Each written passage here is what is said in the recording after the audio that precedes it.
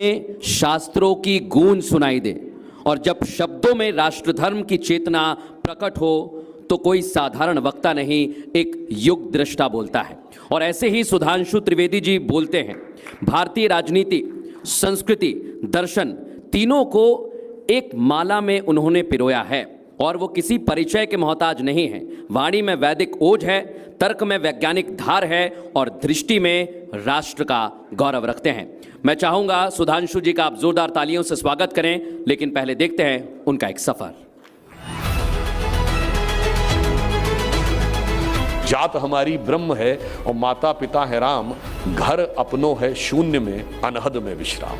सियासत में कुछ चेहरे ऐसे होते हैं जिनकी वाणी सिर्फ शब्द नहीं होती, तर्क बन जाती है, तेज बन जाती है। कि अभी साज दिल में तराने बहुत हैं, अभी जिंदगी के बहाने बहुत हैं, दरे गैर पर भीख मांगो न फन की, जब अपने ही घर में खजाने बहुत हैं। डॉक्टर सुधांशु त्रिवेदी एक ऐसा ही नाम। इंजीनियरिंग और शिक्षा की दुनिया से निकलकर वो राजनीति के उस मोर्चे तक पहुंचे जहां बुद्धि और वाक पटुता सबसे बड़ी ताकत है। भारतीय जनता पार्टी के राष्ट्रीय प्रवक्ता के रूप में उन्होंने हर बहस को ज्ञान, तथ्यों और तर्कों से नई ऊंचाई दी। उनकी पहचान सिर्फ एक प्रवक्ता की नहीं, बल्कि विचारधारा के प्रहरी की है, जो भारत की संस्कृति, इतिहास और मूल्यों को गहन अध्ययन और दृढ़ विश्वास के साथ सामने रखते हैं। आज रिपब्लिक भारत संवाद के मंच पर हम स्वागत कर रहे हैं उस आवाज का जो सिर्फ बोलती नहीं बल्कि दिशा देती है, डॉक्टर सुधांशु त्रिवेदी का। मैं चाहूंगा सुधांशु जी आप मंच पर आएं और जैसे चिंतनशील आपके विचार हैं, इस संवाद को साधना की ओर ले जाएं।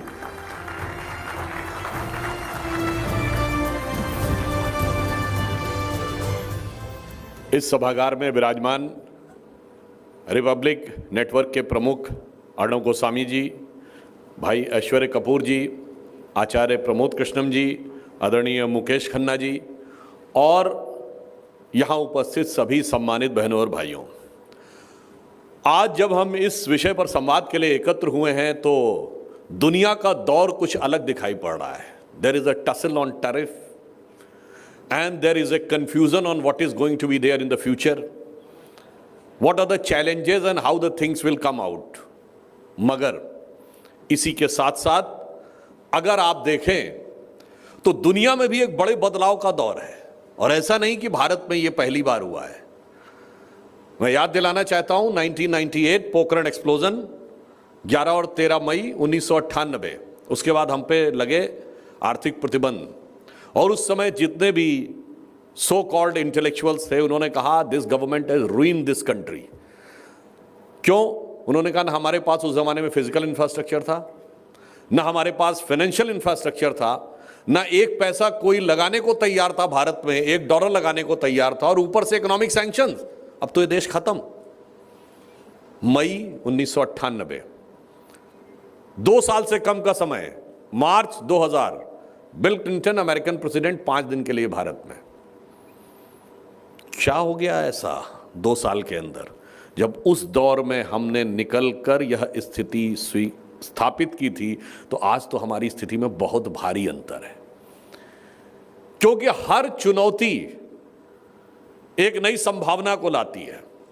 जो प्रधानमंत्री श्री नरेंद्र मोदी जी ने कहा ना कि आपदा को अवसर में बदलने की कला हमारे प्रधानमंत्री जी को आती है, और पूर्व में भी हम इसको दिखा चुके हैं। अब कोई आपसे कहेगा ठीक है वो पुराने जमाने में हुआ कैसे था, तो मैं एक फैक्ट और भी बताना चाहता हूं। आजकल इस देश में लोगों को आपस में लड़वाने का प्रयास बहुत ज़बरदस्त तरीके से चल रहा है कि हर मुद्दे के ऊपर लड़ाओ, तो लोग कई बार अमीर गरीब के ऊपर लड़ाते हैं। तो मैं बताना चाहता हूं कि उस समय हमारे यहाँ जब $1 भी कोई इन्वेस्ट करने को तैयार नहीं था तो इनिशियल मनी कहाँ से आया था?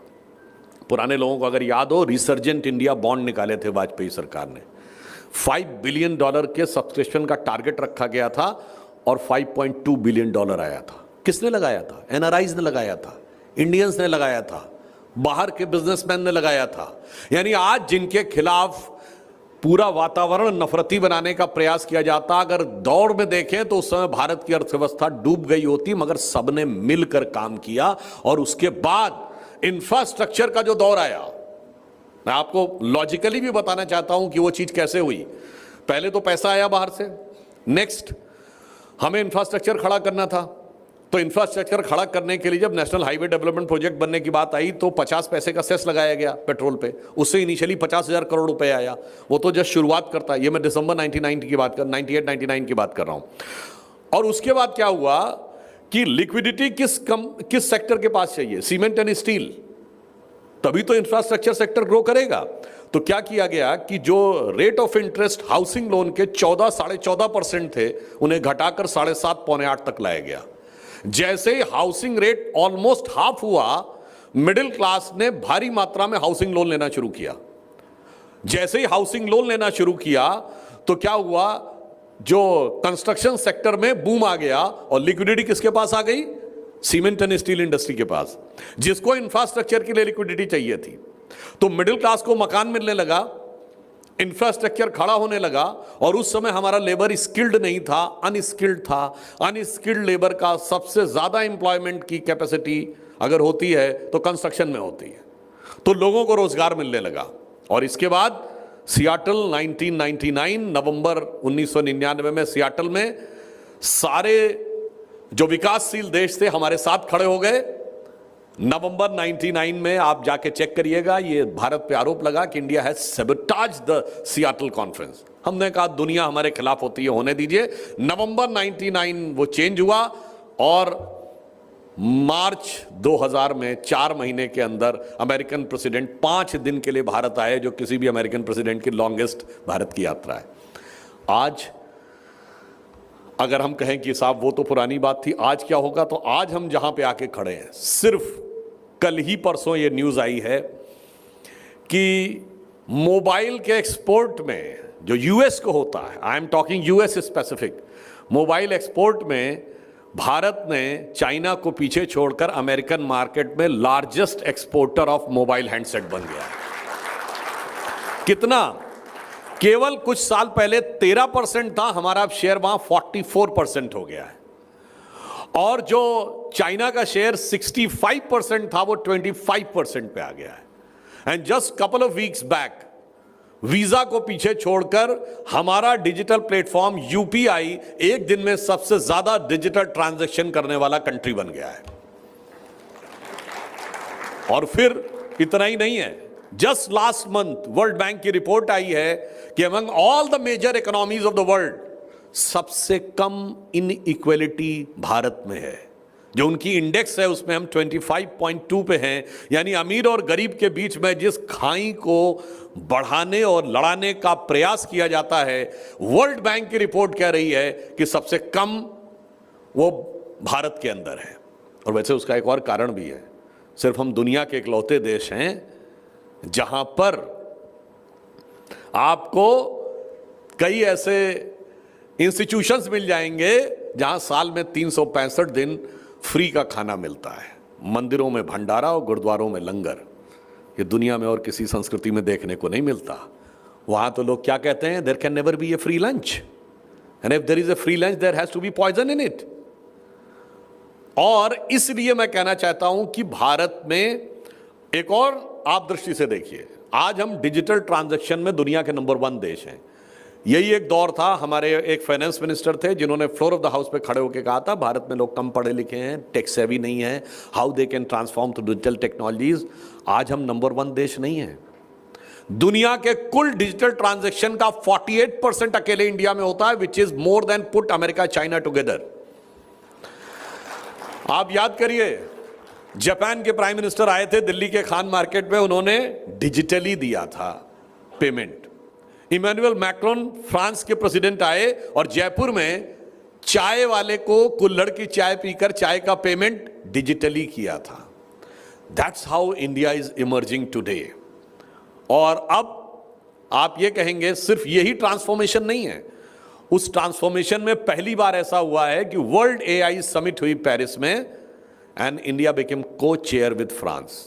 आप इमेजिन करेंगे एआई समिट ग्लोबल और prime minister Modi ji and Emmanuel Macron, French president, were co-chairing that. That's how India is emerging today, and India is becoming more and more confident. और तीसरी चीज जो भारत में एक बदलाव की आ रही है वो ये आई है, एक दौर था when India was considered as soft state. कोई भी आता था, आतंकवादी घटना करता था और चला जाता था, और हम शांति के कबूतर उड़ाते रहते थे. अब वक्त बदल गया है, और वक्त ये बदला है कि हमने उरी के बाद सर्जिकल स्ट्राइक करके दिखाई यूजिंग अवर आर्मी, और उनका टेररिस्ट कैंप नष्ट किया. पुलवामा के बाद हमने बालाकोट किया बाय यूजिंग एयरफोर्स, और अब की बार टेररिस्ट बेस नष्ट किया.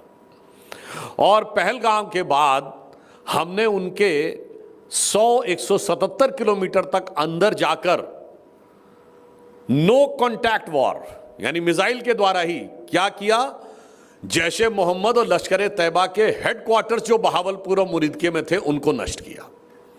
यानी ग्रेजुअली अब दिखा रहा है कि भारत किसी भी प्रकार की ऐसी चीज के आगे झुकने को तैयार नहीं है. मतलब ऑन द लाइटर नोट में कहूं, वैसे मैं पहले भी बोल चुका हूं, जैश ए मोहम्मद का हेडक्वार्टर बहावलपुर में है, जिसको मरकज सुभान अल्लाह कहते थे. तो एक दौर था कि यहां आते थे दिल्ली, मुंबई, जयपुर, गुवाहाटी, लखनऊ, कानपुर, फैजाबाद, वाराणसी, सूरत. कौन सा ऐसा इलाका था जहां धमाके नहीं होते थे? कौन से ऐसे चलती ट्रेन में धमाका, चलती बस में धमाका, बस अड्डे पे धमाका, लिखा रहता था छूना नहीं वरना कुछ बम विस्फोट हो जाएगा, बताना. यहां धमाके होते थे, वहां वो लोग बहावलपुर में बैठ के कहते थे मरकज सुभान अल्लाह में सुभान अल्लाह सुभान अल्लाह. और अब वो दौर आया है जब जाकर एक आतंकवादी ने कहा कि मेरे 14 लोग मार दिए गए, मेरे परिवार के, मैं भी मर जाता तो अच्छा था. यानी कहां वो सुभान अल्लाह कहते थे, अब कहते हैं या अल्लाह है. ये एक बदलाव आया है भारत के एटीट्यूड में. और एक और बात समझिए, आप ये कहेंगे ये तो अभी तक था, what's going to be the next. मैं नेक्स्ट के लिए बताना चाहता हूं, बिल्कुल लॉजिकली देखिए कि वर्ल्ड के अंदर क्या चेंज आने जा रहा है. मैं इसके लिए कोट करना चाहता हूं. जब सोवियत संघ का डाउनफॉल हुआ 1991 में, और ये मान लिया गया कि the US model, that is free economy, globalisation, capital market and free democracy, it has finally won the battle for once and for all. The everything is settled for the future of the mankind. तो एक Francis Fukuyama नाम के एक writer हुए, जिन्होंने 1992 में एक किताब लिखी जिसका नाम था end of the history and the last man. यानी उन्होंने मान लिया ये हिस्ट्री का एंड हो गया. आज मैं कह सकता हूं 1 जनवरी 1995 को WTO बना था, और जो आज, उस समय अमेरिका ने यह सोचा था कि भारत और चीन जैसे कंट्रीज की पॉपुलेशन का यूज होगा और उनकी कंपनीज पावरफुल होंगी, बट हुआ इसका उल्टा. चाइना इकोनॉमिक सुपर पावर बन गया, इंडिया प्रोमिनेंट इकोनॉमिक पावर बन गया. तो कई बार यह भी होता है कि हुई है वही जो राम रचि राखा, को करी तर्क बढ़ावे शाखा. सोचा कुछ और था, हो कुछ और गया. और आज मैं कह सकता हूं, किसी को थोड़ा एक्सट्रीम स्टेटमेंट लगेगा, what is happening today is beginning of the end of globalisation in just 30 years. And now you look at the entire world. Colonisation lasted for just 200 years, जिसमें हम गुलाम भी रहे. Then communism lasted for less than 75 years. Soviet संघ 1917 में बना, 1991 में बिखर गया. And now the globalization seems to be start dying in just 30-35 years. और उस समय ग्लोबलाइजेशन लाया किस लिए गया था? बेनिफिशियरी हम हुए. और अब मैं कह रहा हूं कि ये जो टैरिफ वार हो रहा है इसके बेनिफिशियरी हम होने जा रहे हैं. आप कहेंगे कैसे? अब सिंगल पॉइंट कंट्रोल खत्म हो जाएगा, FTAs बनेंगे, फ्री ट्रेड एग्रीमेंट्स. भारत ने ऑस्ट्रेलिया के साथ किया, ब्रिटेन के साथ किया, UAE के साथ किया. इस फ्री ट्रेड एग्रीमेंट पे किसी का कोई कंट्रोल नहीं रहेगा. Obviously it will lead to a multipolar world. इसमें किसी को कोई कंफ्यूजन नहीं रहना चाहिए.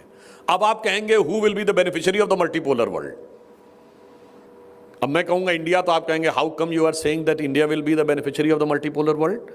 अब मैं आपको सिर्फ 2-3 फैक्ट्स बताना चाहता हूं, यू योरसेल्फ कैन डिसाइड कि what is going to be in the future. देखिए, अमेरिका ने नाटो के कंट्रीज से कहा, यूरोपियन कंट्रीज से, कि आप अपना डिफेंस एक्सपेंडिचर 5% बढ़ाइए, otherwise I will not be able to support you. अब यूरोप के सामने ऑप्शन क्या होगा? वो खुद अपना 5% एक्सपेंडिचर बढ़ाकर डिफेंस प्रोडक्शन शुरू करें, which will be economically very challenging for them. दूसरा, यूरोप के सामने एक और प्रॉब्लम है, 2-3 बड़े कंट्रीज को छोड़ दीजिए, ब्रिटेन, फ्रांस, जर्मनी और कुछ हद तक इटली, बाकी सब इतने छोटे छोटे देश हैं, किसी के पास कुछ है, किसी के पास कुछ है, सब कुछ किसी के पास नहीं है। वहां पे लेबर रेट इतने हाई हैं, और अगर वो टैरिफ को बचने के लिए अमेरिका में शिफ्ट करें मैन्युफैक्चरिंग, तो वहां भी लेबर रेट उससे ज्यादा हाई है और पॉपुलेशन एजेड है। तो there is only 2 option, either shift to China और शिफ्ट टू इंडिया। चाइना को लेके मिसट्रस्ट है, so by default, by process of elimination, the only destination is going to be India. और ये मैं ऐसे ही नहीं कह रहा हूं, आपने देखा कि रफाल बनाने वाली कंपनी डसाल्ट एविएशन ने अपने फ्यूजलाज बनाने का कॉन्ट्रैक्ट टाटा डिफेंस सर्विसेज को अभी लास्ट मंथ दिया है। This is the beginning of, Europe के पास क्या है? गुड टेक्नोलॉजी है, डिफेंस ग्रेड मटेरियल्स हैं, उनके पास लॉजिस्टिक्स है, फाइनेंस है, मैन पावर नहीं है। मैन पावर आउटसोर्स करनी ही पड़ेगी। और अब मैं अमेरिका और चाइना के बारे में एक एक डाटा देता हूं, मैं कोई अपना ओपिनियन नहीं दे रहा हूं, just a food for thought. 2 data America के बारे में और 2 डाटा चाइना के बारे में, then you can draw a conclusion what is going to be there in the future. America में जो अल्ट्रा इंडिविजुअलिज्म का कल्चर चला, आज चैलेंज दुनिया में अल्ट्रा नेशनलिज्म नहीं, अल्ट्रा इंडिविजुअलिज्म है। तो क्या हुआ, वही हमारे देश में भी हो रहा है, आपस में खूब लड़ो। किस में लड़ो? अरे बाप बेटे लड़ो, पति पत्नी लड़ो, सरकार है ना, कोर्ट में जाके लड़ो, रूल्स एंड रेगुलेशंस हैं तुम्हारे लिए लड़ने के लिए, सब जाके फौजदारी करो, मुकदमे में लड़ो और अपनी इंडिविजुअल आइडेंटिटी बनाओ। उस कल्चर ने आपको क्या सिखाया कि जैसे ही आपके मदर फादर कुछ बोले तो आपकी सेल्फ एस्टीम जाग जानी चाहिए। ऐसे कैसे हम मान लेंगे, मेरी कोई डिग्निटी नहीं है? अरे बड़ा भाई बड़ी बहन तो छोड़ दीजिए, मदर फादर की बात ऐसी की तैसी।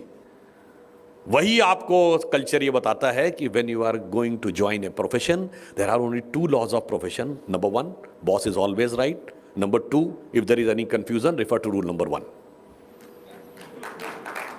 अब आप सोचिए, उसके बाद कहा जाता कंपनी के तो कल्चर को फॉलो करो और फैमिली के कल्चर को तोड़ दो, जबकि लास्ट रिजॉर्ट आपके लिए फैमिली जाके बचती है। फिर उसके बाद आइए, उसके बाद आपको क्या बताया जाता है कि अगर बॉस डांट रहा हो तो कितना भी बुरा लगे दुम हिलाते रहना है, जिससे कॉन्ट्रैक्ट मिलना है वो डांट भी रहा हो तो दुम हिलाते रहना है, सारी सेल्फ एस्टीम और सारी ईगो आके घर में दिखानी है। ये क्या है? यही वो चीज है जो मैंने कहा ना, फ्री लंच जहां से नहीं मिलता। ये आपको पानी की बोतल 10 रुपए की मिलती है, मगर इसके बावजूद फेसबुक भी फ्री है, इंस्टाग्राम भी फ्री है, व्हाट्सएप भी फ्री है, सिर्फ इंटरनेट का ही तो पैसा देना है। फ्री क्यों दे रहे हैं भाई? क्योंकि आपके माइंड को कैप्चर करना है, जो चाहे वो समझाना है, आइडियोलॉजिकल सब्जुगेशन करना है। इसलिए ये एक अलग प्रकार का चैलेंज अमेरिका में एक्सट्रीम पे है। अब मैं बताना चाहता हूं क्यों। जब सोशल सिक्योरिटी सिस्टम अमेरिका में आया रोनाल्ड रीगन के जमाने में 1980 में, तो उस समय मिल्टन फ्रीडमैन बहुत बड़े इकोनॉमिस्ट थे, you can go and check. He warned the American government in 82, don't do this. उन्होंने वर्ड यूज किया, डोंट नेशनलाइज द फैमिली, क्योंकि आप सारी फैमिली की रिस्पॉन्सिबिलिटी खुद पे ओन करेंगे, it will eventually lead to economic disaster. और 2024 पहला वर्ष है जब सोशल सिक्योरिटी डिपेंडेंट पॉपुलेशन 50% हो गई अमेरिका में। यानी अब आधे लोग काम करेंगे, आधे लोग सोशल सिक्योरिटी पे रहेंगे। चूंकि पॉपुलेशन ग्रेजुअली ओल्ड हो रही है, तो in the coming decades the rise of social security dependence will not be linear, it will be exponential. आपने देखा होगा लास्ट ईयर फ्रांस में किस बात को लेके प्रदर्शन हो गए, हिंसक प्रदर्शन हो गए कि सरकार ने रिटायरमेंट की एज 2 साल बढ़ा दी। भारत में तो लोग खुश हो जाएं कि 2 साल के लिए मुझे काम करने का और मौका मिलेगा, मगर वहां क्यों? क्योंकि आपको सोशल सिक्योरिटी के चलते हुए लगभग वही मिल रहा है घर बैठे हुए, तो 2 साल क्यों काम करना? और as per the economic estimate after 25 years in 2 to 3 decades, America की social security liability is going to be somewhere around $60 to $62 trillion. That is twice the GDP of America. आप सोचिए कितने बड़े इकोनॉमिक चैलेंज की तरफ आगे बढ़ रहे हैं। और आप social challenge, just I am putting the data, America की पॉपुलेशन कितनी है? 33 करोड़। गन्स कितनी है अमेरिका में? 39 करोड़। ये अल्ट्रा इंडिविजुअलिज्म जो था, सबके पास जो मनाएगा वो मैं रखूंगा, जो मनाए, वो जो गोविंदा गाना था ना, मैं चाहे ये करूं, मैं चाहे वो करूं, मेरी मर्जी। अब आप सोच लीजिए, अगर मर्जी चलने लगी with 120% guns in hands of those people, what will happen? Now come to China. China की इकोनॉमिक ग्रोथ बहुत शानदार है, बट एक थॉट देता हूं, आप लोगों ने कभी सोचा होगा, चाइना ने 1 चाइल्ड पॉलिसी अडॉप्ट की 1978 में, और वो अथॉरिटेरियन रिजीम है, उसने फोर्सफुली इंप्लीमेंट भी किया, and they claim that they have successfully implemented it. अगर सक्सेसफुली इंप्लीमेंट किया तो लास्ट 47 ईयर्स में उनकी पॉपुलेशन 11% की ग्रोथ से कैसे बढ़ती रही? जैसे इंडिया की पॉपुलेशन बढ़ रही थी, उसी रफ्तार से चाइना की पॉपुलेशन बढ़ती रही फॉर 4.5 डिकेड्स। तो या तो ये सच है या वो सच है, या तो implementation of 1 child policy is wrong, ये डाटा गलत है, या फिर ये डाटा गलत है। I am leaving up to you, I am not putting any allegation. तो देयर इज वन थ्योरी कि the population data of China is highly एग्जेगरेटेड, it's not 140 crore. अगर 78 में सिंगल चाइल्ड पॉलिसी अडॉप्ट कर ली होगी तो it has to be less than 100 crore. इसीलिए आप एक और बात सोचिए, इंडिया में जब इकोनॉमिक क्राइसिस की बात आती है तो कहा जाता है 140 करोड़ का मार्केट है, they can absorb in the domestic. Europe की पॉपुलेशन 70 से 75 करोड़ है, China is double the Europe population, India से कहीं बेहतर इकोनॉमिक स्थिति में है, इंडिया से कहीं बड़ा मिडिल क्लास है, इंडिया से बेटर परचेजिंग कैपेसिटी है, तो वो क्यों नहीं एब्जॉर्ब कर पाता अपने यहां? वो क्यों कहता है एक्सपोर्ट ओरिएंटेड ही चाहिए? Just food for thought. सोचिए कि क्या पॉसिबिलिटी। सेकेंड थिंग, चाइना की इकोनॉमी में सबसे बड़ा कंट्रीब्यूटर क्या था? Real estate sector, and their biggest real estate company Evergrande has filed bankruptcy in 2024। और आपने तमाम घोस्ट टाउन्स सुने होंगे, वहां पर हैं 26 रेलवे स्टेशन ऐसे हैं जहां एक भी ट्रेन नहीं जाती है।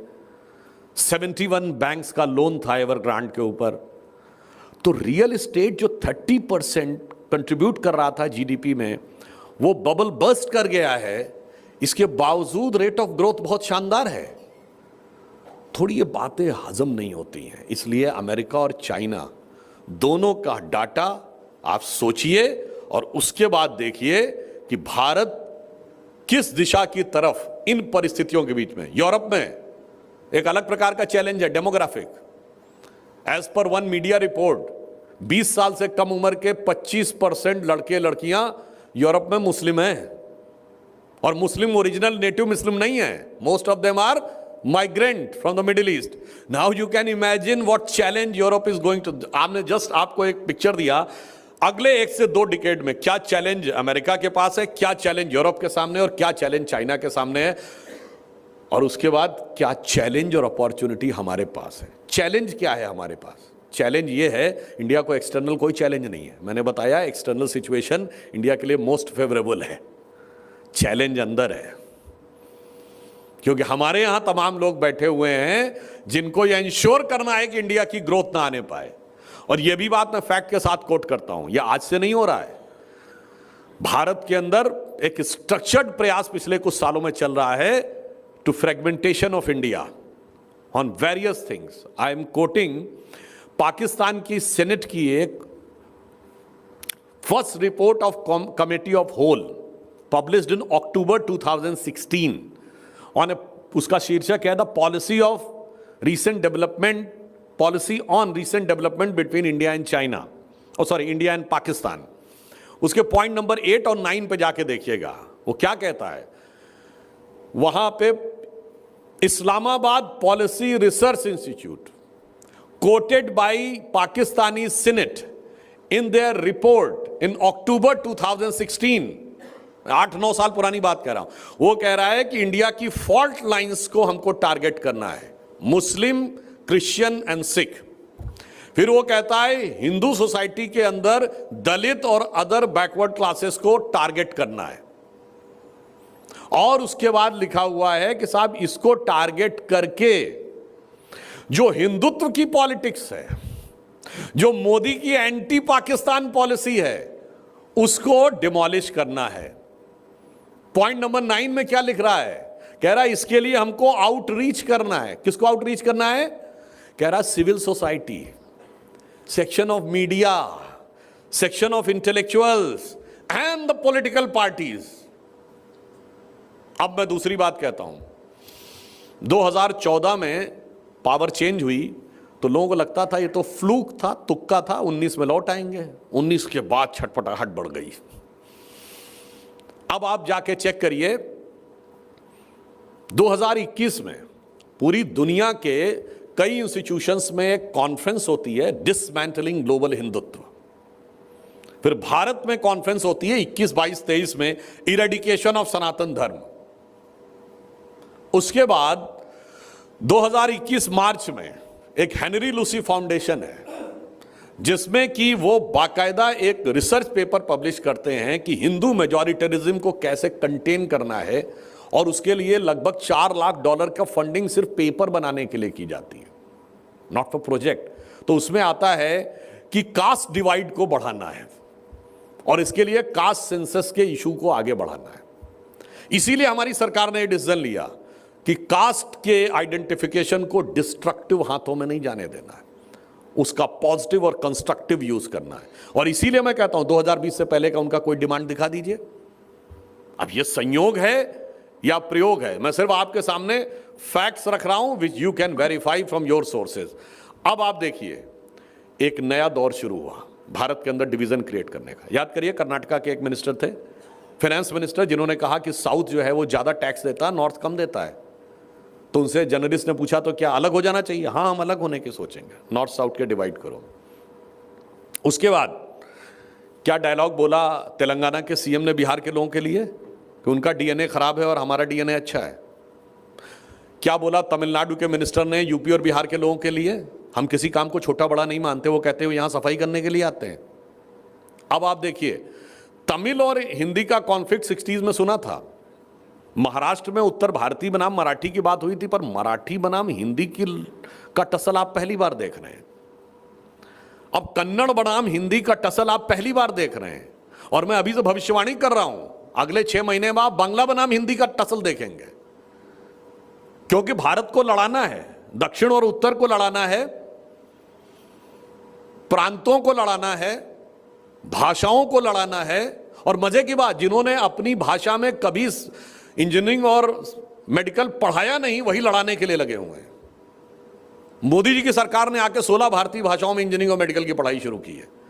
अब सोचिए, प्रांत पे लड़ाना है, क्षेत्र पे लड़ाना है, भाषा पे लड़ाना है, जात पे लड़ाना है। भारत तेरे टुकड़े होंगे इंशाअल्लाह का ख्वाब ऐसे थोड़ी साकार होना है। इसलिए ये चैलेंज हमारे लिए अंदर से है।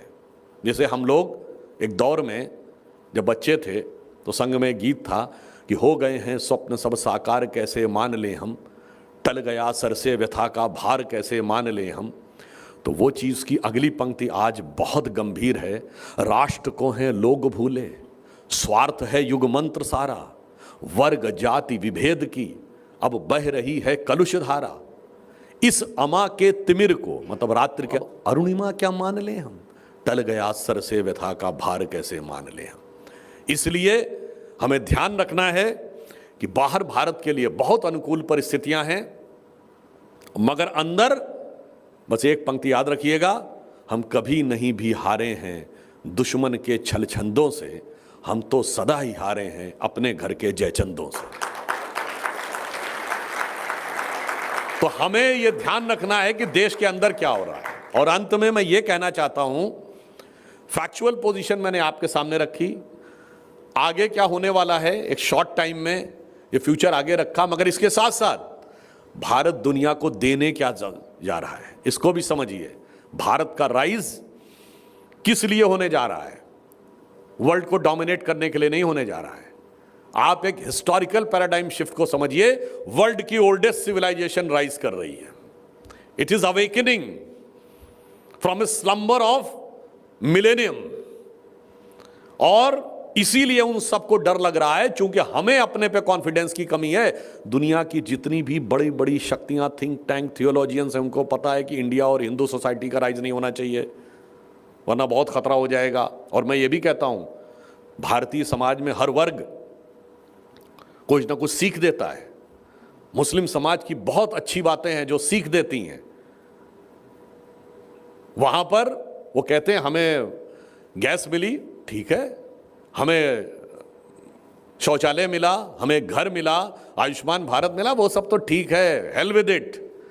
ये बताओ मेरी कौम के नेता क्या कह रहे हैं? हमारे आदमी कहता है अरे मुझे ये इतने हजार रुपए का ये फायदा मिल गया, मुझे थोड़ा फ्री का ये मिल गया, फ्री का ये मिल गया, फ्री मेरा फ्यूचर, हेल विद इट। एक समष्टि भाव से चल रहा है, टीम स्पिरिट से, और एक इंडिविजुअल स्पिरिट से। बस स्पष्ट कहूं, किसी को बुरा भी लग सकता है, एक वर्ग स्वार्थपरक दृष्टि से सोच रहा है, अपना स्वार्थ, अपने क्षेत्र का स्वार्थ, अपने वर्ग का स्वार्थ, अपनी जाति का स्वार्थ। और जब आप स्वार्थों में बंटते हैं तो क्या होता है? आखिर में जाके कटते हैं। और अगर किसी को कंफ्यूजन हो तो वो देख ले, मैं एक एग्जाम्पल कोट कर देता हूं जाते जाते। भारत में एक इलाका था सिलहट, जो अब बांग्लादेश में चला गया। सिलहट में मेजॉरिटी पॉपुलेशन हिंदुओं की थी, और बाई वोटिंग ये डिसाइड होना था कि वो भारत में आसाम का हिस्सा बनेगा या पूर्वी पाकिस्तान का हिस्सा। वहां पर हिंदू समाज में सबसे बड़ी जाति जो थी वो शेड्यूल कास्ट की एक कम्युनिटी थी, जिसके जोगेंद्रनाथ मंडल ही उसके नेता थे, जो पाकिस्तान के पहले लॉ मिनिस्टर हुए। उन्होंने, जो आजकल भीम मीम कहा जाता है ना, उसमें आके उन्होंने कहा कि नहीं, मेरी जिन्ना से बात हो गई है और we will remain in with the side of Muslim League and then we will more flourish than the so called Hindu India which is emerging. और उन्होंने अपनी जाति का वोट डलवा दिया तो हिंदू वोट डिवाइड हो गया and Sylhet became part of Pakistan. And this happened in 1947, just 3 years after, in 1950. See the resignation letter of Jogendranath मंडल।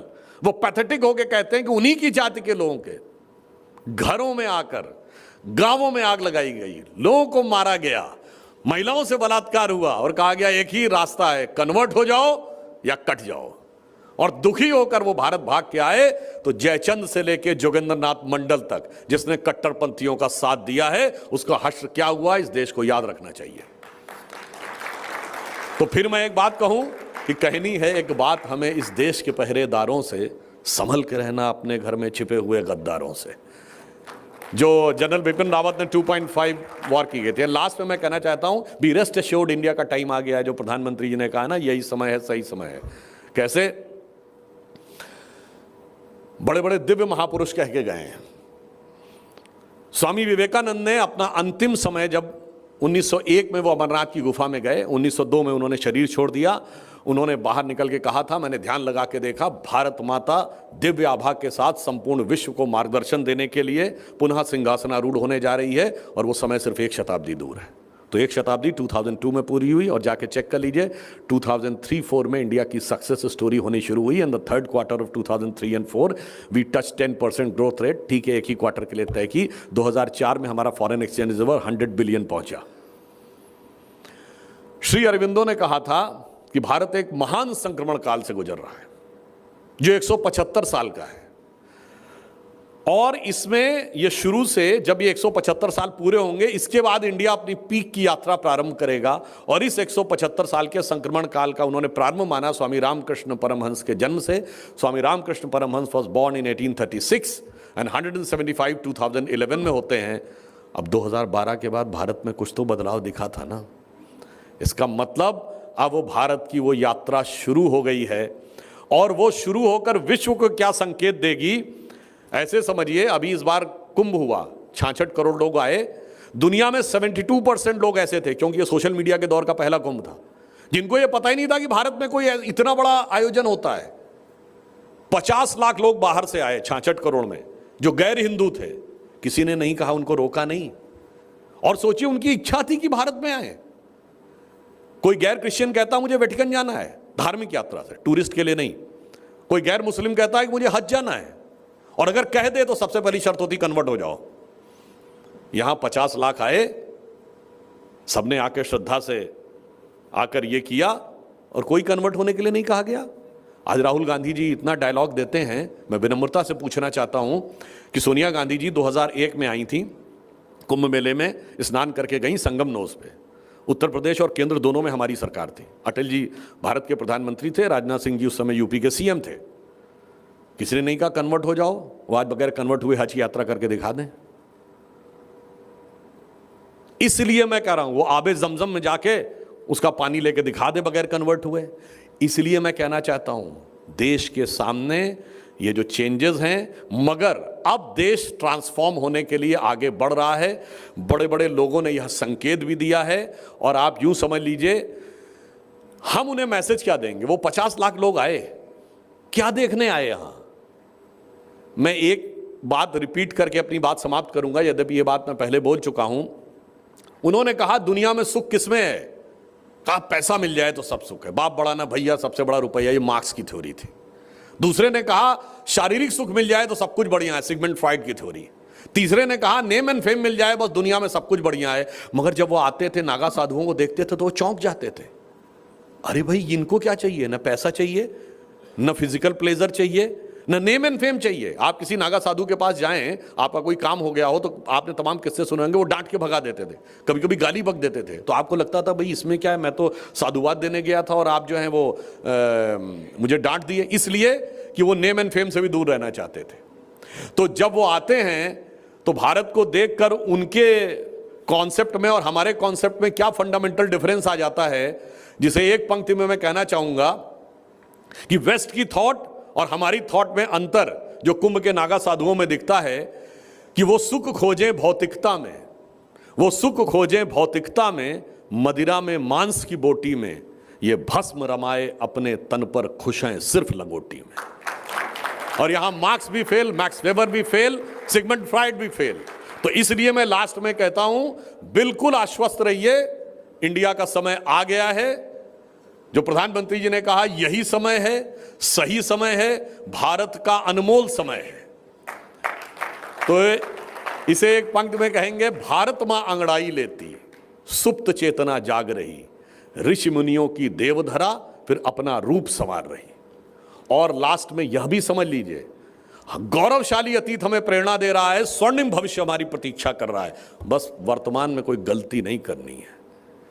इसलिए गौरवशाली था भूत, भूतकाल पास्ट, गौरवशाली था भूत, भविष्यत भी महान है अगर संभालें आप उसे जो वर्तमान है। धन्यवाद।